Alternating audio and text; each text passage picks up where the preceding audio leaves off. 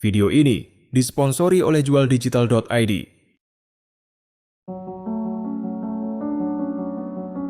Halo semuanya, selamat datang di Nice On Channel. Di balik langit Rusia yang luas dan beku, sebuah siluet tajam melesat membelah awan. Membawa ambisi besar dari sebuah negara yang ingin kembali merebut supremasi udara dunia. Inilah Sukhoi Su-57. Jet tempur generasi kelima yang dikembangkan sebagai jawaban Rusia terhadap dominasi udara Amerika Serikat dengan F-22 Raptor dan F-35 Lightning II. Dijuluki Velon oleh NATO, Su-57 dirancang untuk menjadi platform multifungsi yang bisa unggul dalam semua jenis pertempuran udara, jarak dekat, jarak jauh, maupun serangan presisi ke darat.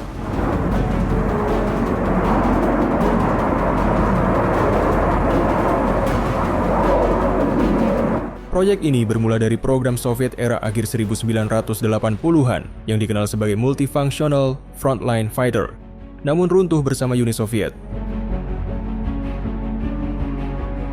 Baru pada awal 2000, Rusia menghidupkan kembali ambisi itu dalam program PAK-EVA, singkatan dari Prospective Airborne Complex of Frontline Aviation. Perusahaan Sukhoi diberi kepercayaan penuh untuk memimpin pengembangan jet tempur ini. Prototipe pertamanya T-50 berhasil melakukan penerbangan perdana pada 29 Januari 2010. Selama lebih dari 1 dekade, jet ini menjalani pengujian dan pengembangan intensif untuk memenuhi standar teknologi generasi kelima. Secara tampilan, Su-57 memiliki desain yang agresif dan futuristik.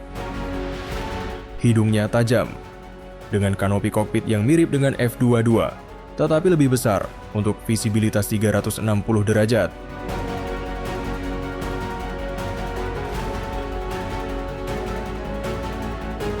Sayap utama berbentuk delta digabungkan dengan permukaan kendali belakang yang besar dan engine nozzle bertepi datar, mendukung manuver ekstrem dan kendali pada kecepatan supersonik.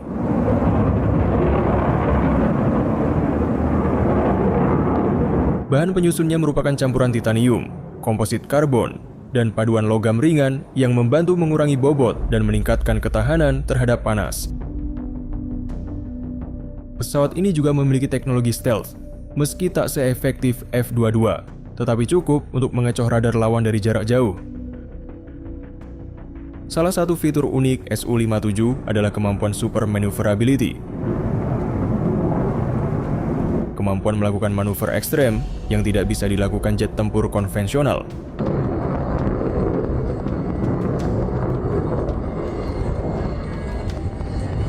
Fitur ini didukung oleh thrust vectoring nozzle dan aerodinamika adaptif yang memungkinkan gerakan tajam bahkan dalam kecepatan rendah.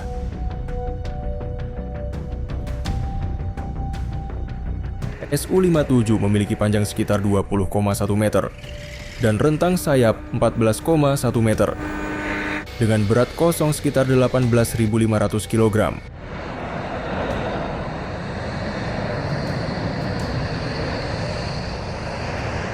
Kecepatan maksimum yang dapat dicapai adalah Mach 2 atau lebih dari 2.100 km per jam.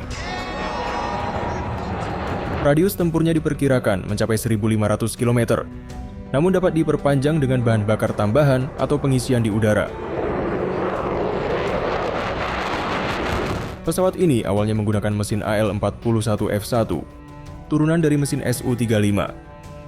Namun rencana akhirnya adalah menggantinya dengan mesin Izdelia 30 yang lebih ringan, lebih hemat bahan bakar, dan lebih bertenaga. Dengan mesin baru ini, Su-57 diharapkan bisa melakukan supercruise, terbang supersonik tanpa afterburner, fitur wajib generasi kelima. Kokpit Su-57 dilengkapi dengan 2 layar besar multifungsi, head-up display, serta sistem pengendali penerbangan fly-by-wire digital. Pilot dibantu oleh sistem kecerdasan buatan yang menganalisis data sensor dan memberikan rekomendasi keputusan dalam pertempuran. Salah satu kekuatan Su-57 terletak pada radar AESA N036 Bielka yang memiliki lebih dari 1.500 elemen pemancar dan penerima. Radar ini mampu mendeteksi target dari jarak hingga 400 km dan melacak lebih dari 60 target secara simultan.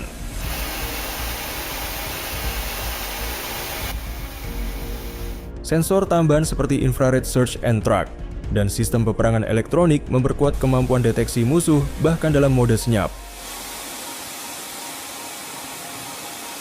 Su-57 dirancang dengan kompartemen senjata internal untuk mempertahankan siluet stealth-nya. Namun juga memiliki pylon eksternal jika dibutuhkan untuk membawa senjata tambahan. Jet ini bisa membawa berbagai jenis rudal udara ke udara seperti R-77 dan R-74, rudal udara ke darat seperti KH-59, serta rudal hipersonik eksperimental. Salah satu rudal yang paling ditakuti adalah R-37M, rudal udara ke udara jarak jauh yang dapat menghantam target hingga 400 km, termasuk AWACS atau tanker musuh. Dalam versi produksinya, Su-57 diperkirakan bisa membawa hingga 10 rudal dalam konfigurasi tempur penuh. Jet ini juga dapat dipersenjatai dengan bom pintar presisi tinggi dan kemungkinan di masa depan membawa rudal hipersonik Kinzhal dalam versi modifikasi. Su-57 tidak hanya menjadi jet tempur, tapi juga simbol nasionalisme dan teknologi tinggi Rusia. Proses produksinya dilakukan di pabrik Komsomolsk-on-Amur Aircraft Plant di timur jauh Rusia, dengan kontrol kualitas yang ketat dan sistem otomatisasi tinggi. Setiap pesawat dirakit dari ratusan komponen yang diproduksi di berbagai wilayah Rusia, mencerminkan koordinasi industri militer yang sangat luas. Rusia menargetkan setidaknya 76 unit Su-57 akan dioperasikan Angkatan Udara mereka hingga tahun 2028. Dengan beberapa unit awal telah dikirim dan menjalani uji lapangan.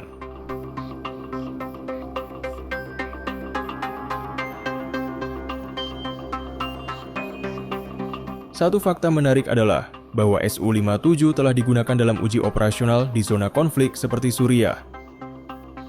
Meskipun hanya terbatas untuk mengumpulkan data taktis dan menguji kemampuan sistem elektroniknya. Meski disebut sebagai pembunuh F-35, kenyataan operasional Su-57 masih jauh dari ideal. Produksi lambat, kendala mesin, serta sanksi internasional akibat perang di Ukraina membuat pengembangan Su-57 mengalami keterlambatan. Namun, Moskow tetap optimis bahwa pesawat ini akan menjadi tulang punggung armada udara masa depan Rusia. Beberapa negara seperti India sempat tertarik ikut dalam program ini, namun akhirnya mundur karena perbedaan pandangan dalam desain dan biaya. Hingga kini, belum ada negara lain yang resmi memesan Su-57, meskipun Rusia menyatakan siap untuk mengekspor dalam versi lebih sederhana. Kelebihan lain dari Su-57 adalah kemampuannya untuk diintegrasikan dengan drone tempur, seperti S-70 Okhotnik dalam sistem operasi tandem. Pilot Su-57 bisa mengendalikan drone dari kokpit untuk memperluas jangkauan sensor, melakukan serangan dari jarak jauh, atau sebagai pengumpul data intelijen.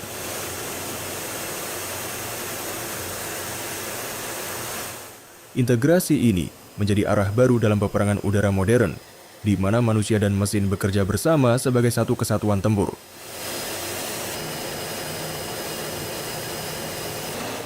Su-57 bukanlah jawaban instan bagi keunggulan F-35 Amerika, tetapi merupakan batu loncatan penting bagi Rusia untuk masuk kembali ke persaingan jet tempur generasi kelima. Dengan biaya produksi yang lebih rendah dibanding F-35, serta fleksibilitas dalam pengembangan misi, Su-57 tetap menjadi ancaman serius di kawasan-kawasan konflik.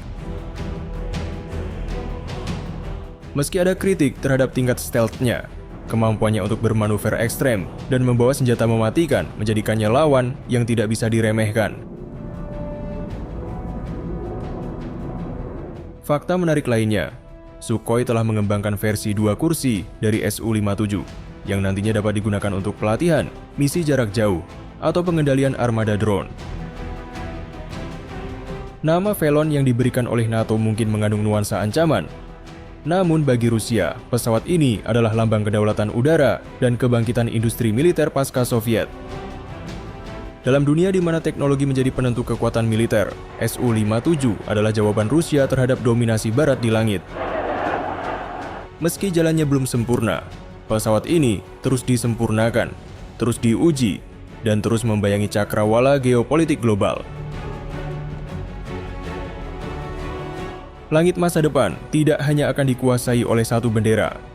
Su-57 adalah bukti bahwa perlombaan belum selesai.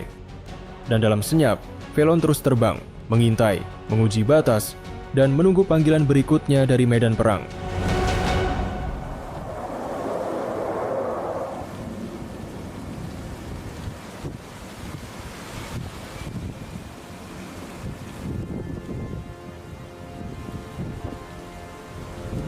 Namun di belahan dunia yang lain, sebuah kekuatan baru tengah bangkit.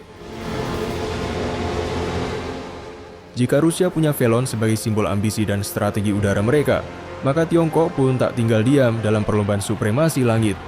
Kini, sorotan dunia perlahan bergeser ke timur.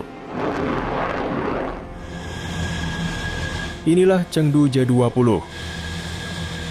Pesawat tempur generasi kelima buatan Tiongkok yang diklaim sebagai penantang sejati dominasi udara Amerika Serikat dan sekutunya. Tapi, apa sebenarnya J-20 itu? Bagaimana pesawat siluman ini dibangun? Dan seberapa besar ancaman atau kekuatan yang dibawanya dalam lanskap geopolitik dunia? Mari kita telusuri.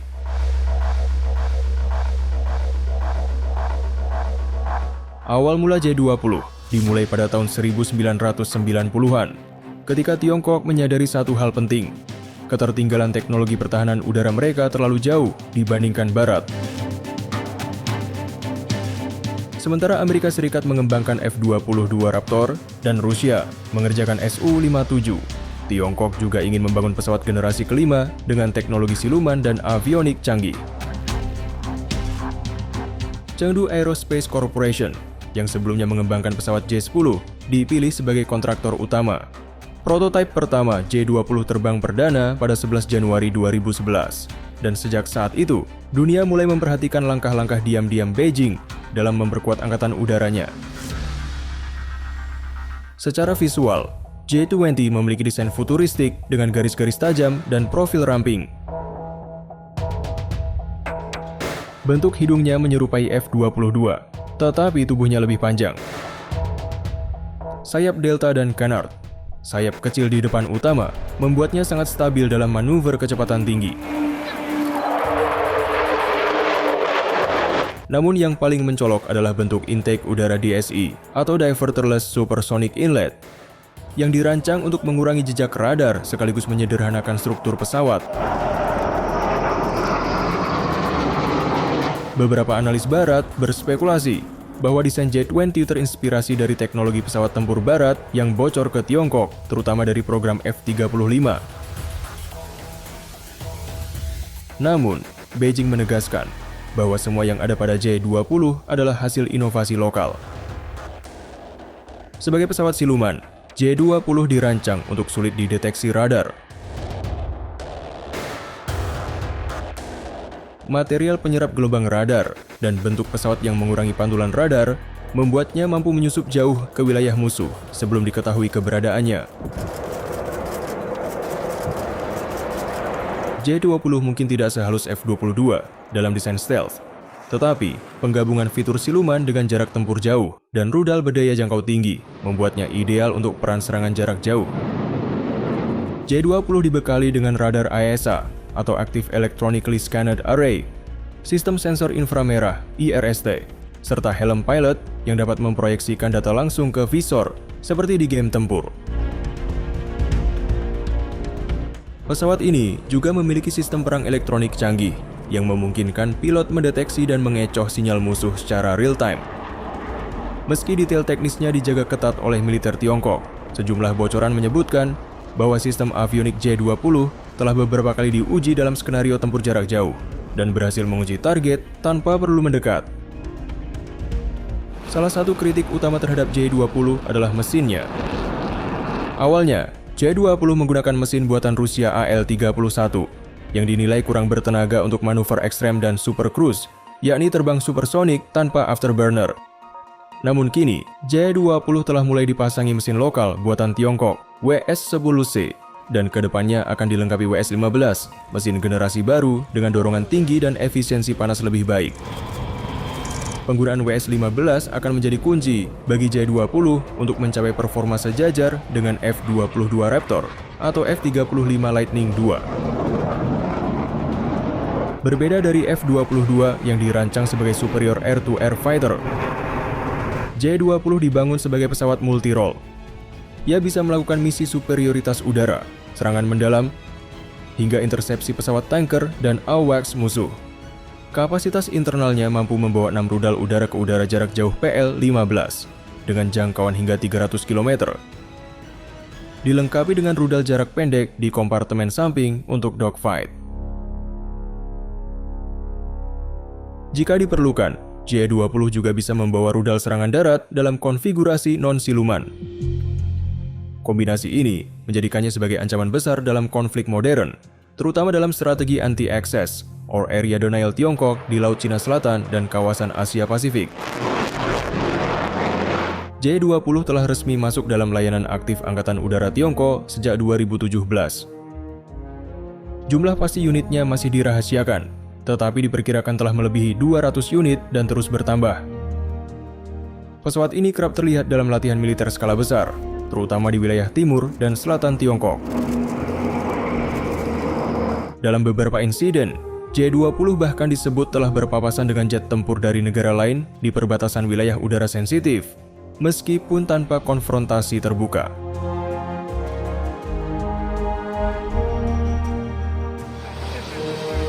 Meski J-20 tidak dijual secara bebas, kehadirannya memicu reaksi dari banyak negara. Beberapa negara Asia mempercepat pembelian jet tempur siluman seperti F-35, sementara Amerika terus menambah kehadiran militernya di Pasifik. Sebagian analis membandingkan J-20 dengan jet tempur Rafale asal Prancis, terutama karena kedua pesawat ini kerap dikaitkan dalam pengadaan militer di beberapa negara berkembang.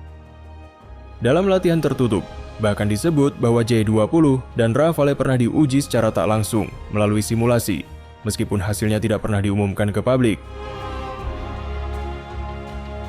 Hingga saat ini, banyak hal tentang J-20 masih misterius. Berapa kapasitas produksinya per tahun? Seberapa kuat sebenarnya sistem radar dan stealth-nya? Dan apakah mesin WS-15 benar-benar bisa menjadikan J-20 sebagai pesaing penuh F-22 dan F-35? Namun satu hal pasti, Tiongkok kini telah masuk dalam klub eksklusif negara yang mampu merancang, memproduksi, dan mengoperasikan pesawat tempur generasi kelima. Langkah besar ini bukan hanya soal teknologi. Ini adalah pesan yang jelas dari Beijing. Langit Asia tidak lagi didominasi satu kutub kekuatan saja.